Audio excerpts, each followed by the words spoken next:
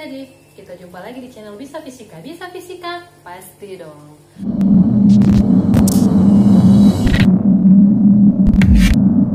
Oke, kali ini kakak akan membahas lanjutan dari materi sebelumnya, yaitu penerapan hukumnya tentang gerak.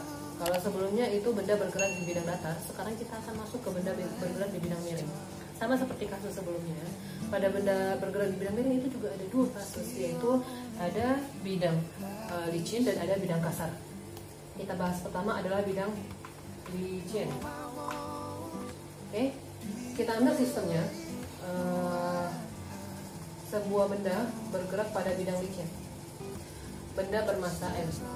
Oke, jika misalnya bidang ini memiliki sudut sebesar alfa, maka apa saja gaya yang bekerja pada benda ini, gaya-gaya apa saja yang ada pada benda ini. Oke, gaya yang wajib kita ketahui adalah setiap benda bermassa itu selalu memiliki gaya berat. Benda bermassa selalu memiliki gaya berat. Kemudian gaya normal itu selalu tegak lurus dengan bidang. Jika benda itu berada pada sebuah bidang, maka wajib memiliki gaya normal yang tegak lurus dengan bidangnya. Yuk, kita masuk ke gaya berat. Gaya berat itu selalu arahnya ke pusat bumi, selalu menuju pusat bumi. Kita sebut sebagai W. Kemudian gaya normal tadi kakak sebutkan selalu tegak lurus dengan bidang. Ingat, tegak lurus dengan bidang. Oke. Nah, dalam kasus bidang licin ini, kita anggap sumbu X dan Y adalah sumbu X bidangnya, sumbu Y tegak lurusnya. Berarti ini kalau misalnya kakak teruskan, ini adalah sumbu X. Dan misalnya ini adalah sumbu, kalau misalnya kakak teruskan, ini adalah sumbu Y. Kurang lebih seperti itu.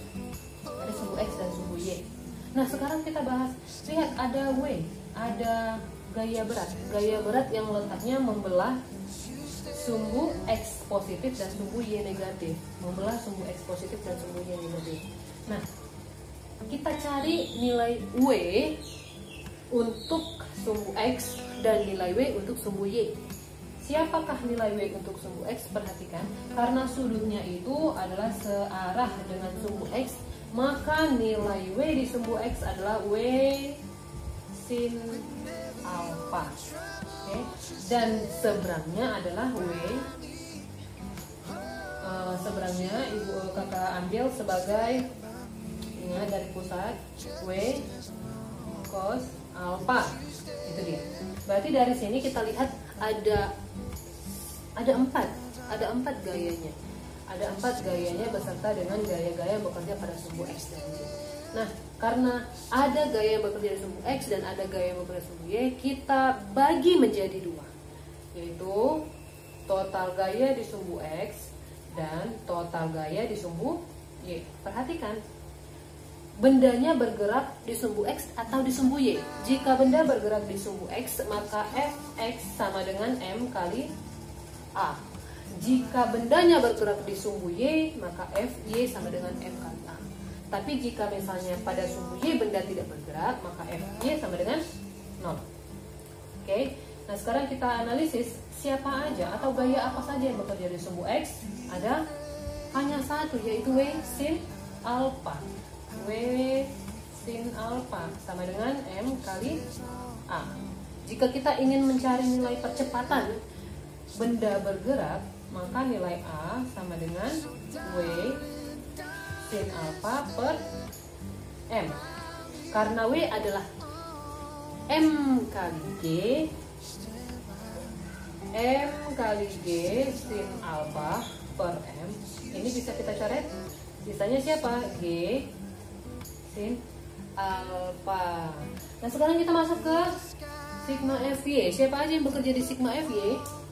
Y. Ada N dan ada W cos. Maka N sama dengan W cos alfa. Oke, kita masuk ke bidang kasar.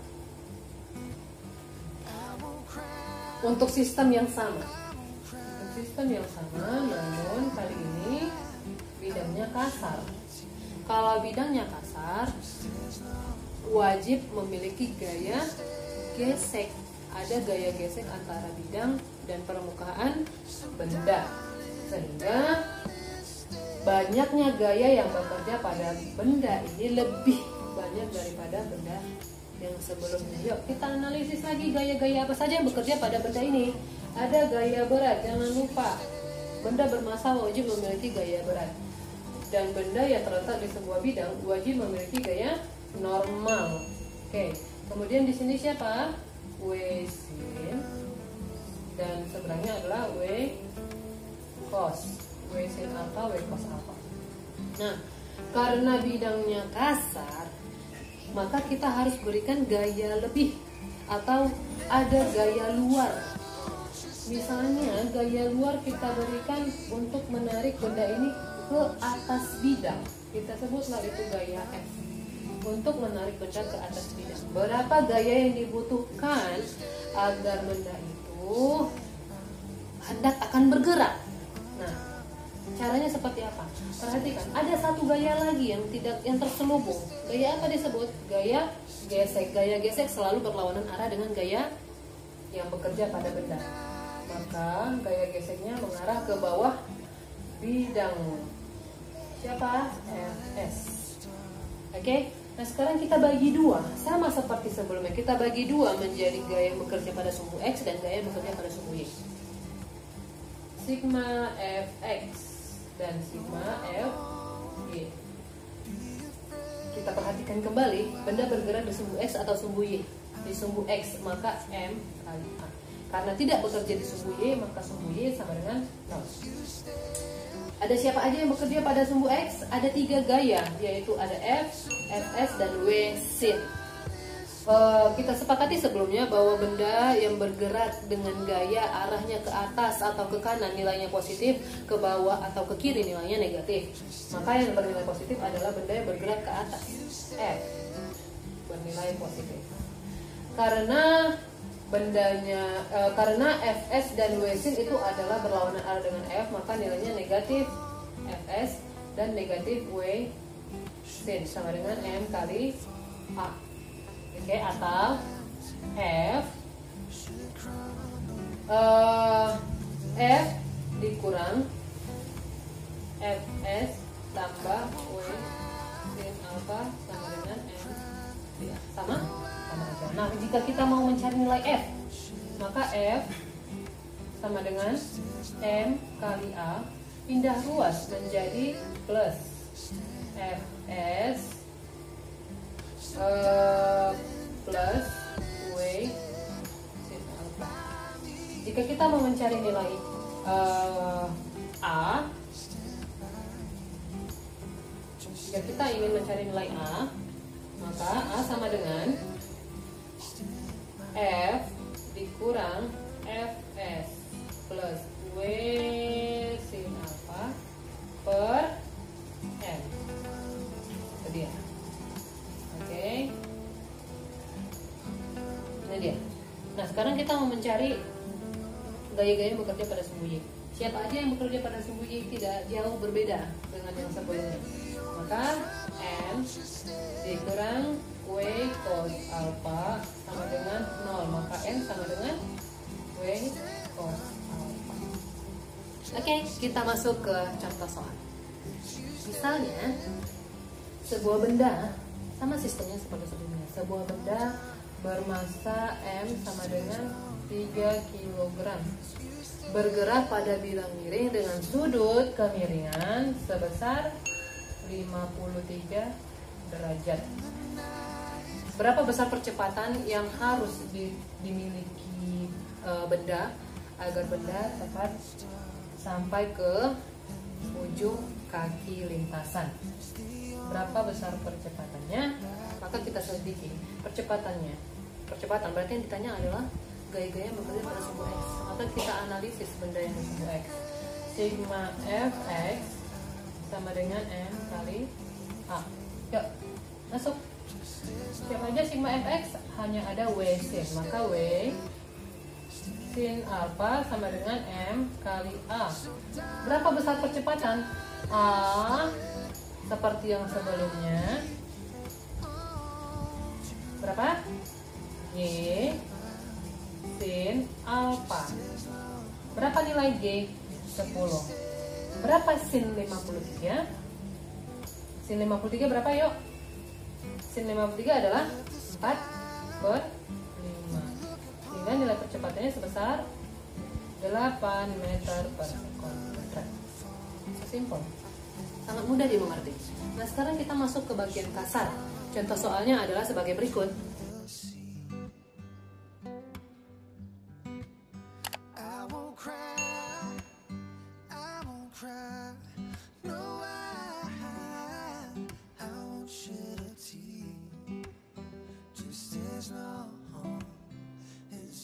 Oke, begini pembahasannya. Kita anggap sistemnya seperti ini.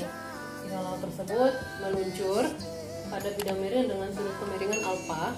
Maka gaya-gaya yang bekerja pada sinyal laut itu kita gambarkan sebagai berikut.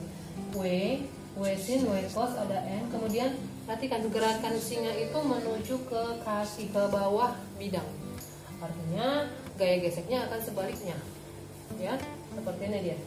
Nah, kita punya apa aja sih di soal itu? Yuk kita cari. Ada panjang lintasan S, panjang lintasan bidang miring sebesar 4 meter.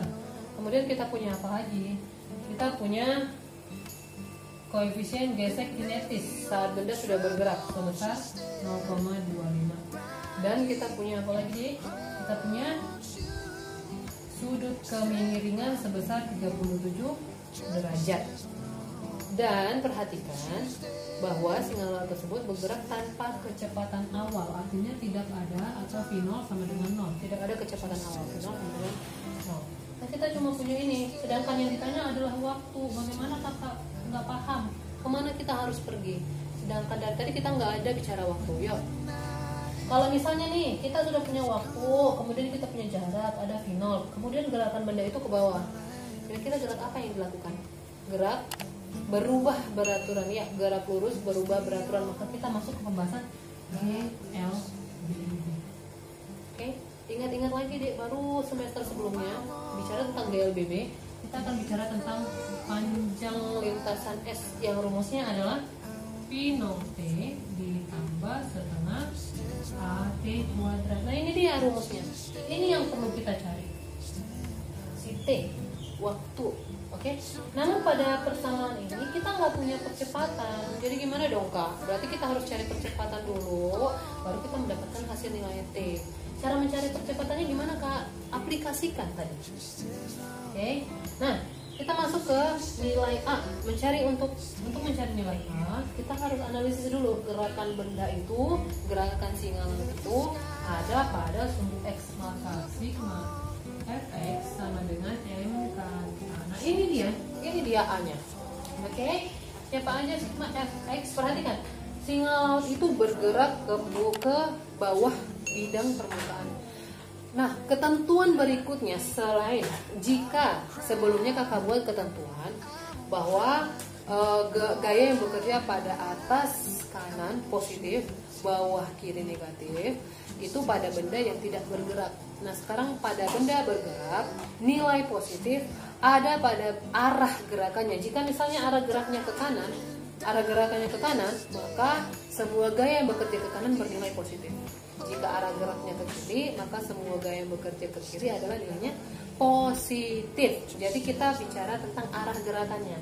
Karena M atau benda ini atau sinyal laut tadi itu bergerak ke bawah lintasan, maka semua gaya yang bekerja searah dengan arah gerakannya bernilai positif. Maka siapa aja?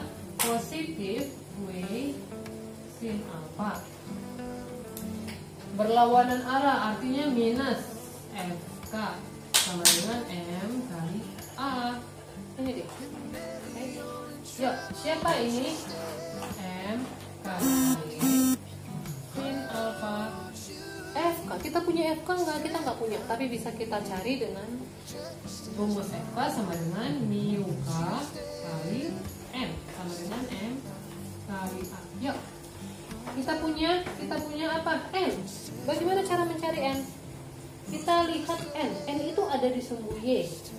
Berarti kita buat catatan kecil bahwa sigma F Y itu sama dengan 0. Atau, nah karena karena dalam kasus ini bendanya tidak bergerak, maka kita ambil gaya yang bekerja ke atas. Gaya yang bekerja ke atas adalah positif. M dikurang W cos alpha sama dengan 0, atau M sama dengan W cos alpha. Jika kita jabarkan lagi menjadi M kali W cos alpha.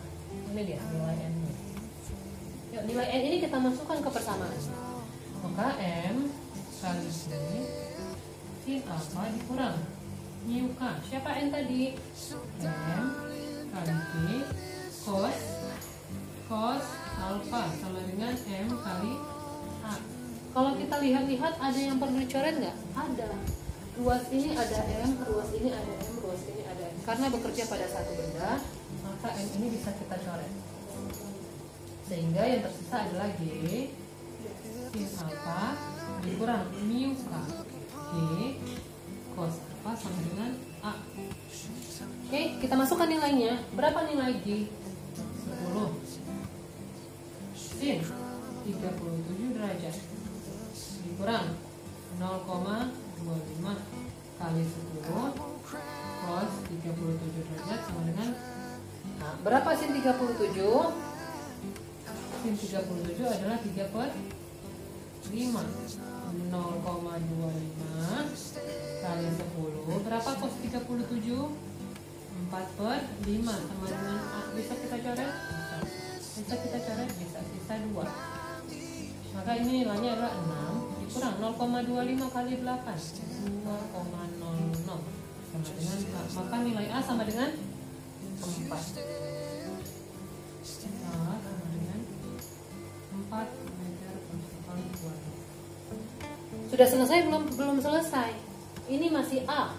Yang kita butuhkan adalah T. Maka nilai A ini kita masukkan ke persamaan ini. Ini dia. Yuk, ini sudah bisa kita hapus karena ini adalah nilai umum, maka kita hapus. Yuk kita masukkan. Ada nilai S ada. Berapa nilai S tadi? 4 meter Kak. 4 meter. Kemudian apa lagi? V0. V0 katanya benda itu tidak memiliki kecepatan awal. Artinya sama dengan 0. Maka yang tersisa adalah setengah. Berapa nilai A? 4 kali E kuadrat. Begitu ya. Nah sekarang Ini bisa kita coret. Sisanya berapa? 2. Maka nilai T kuadrat Sama dengan 4 per 2. Maka T sama dengan akar 2. Oke. Ini dia. Mudah kan? Oke, begini demikian untuk kali ini. Semoga bermanfaat. Kita berjumpa lagi di channel berikutnya. Sarangnya.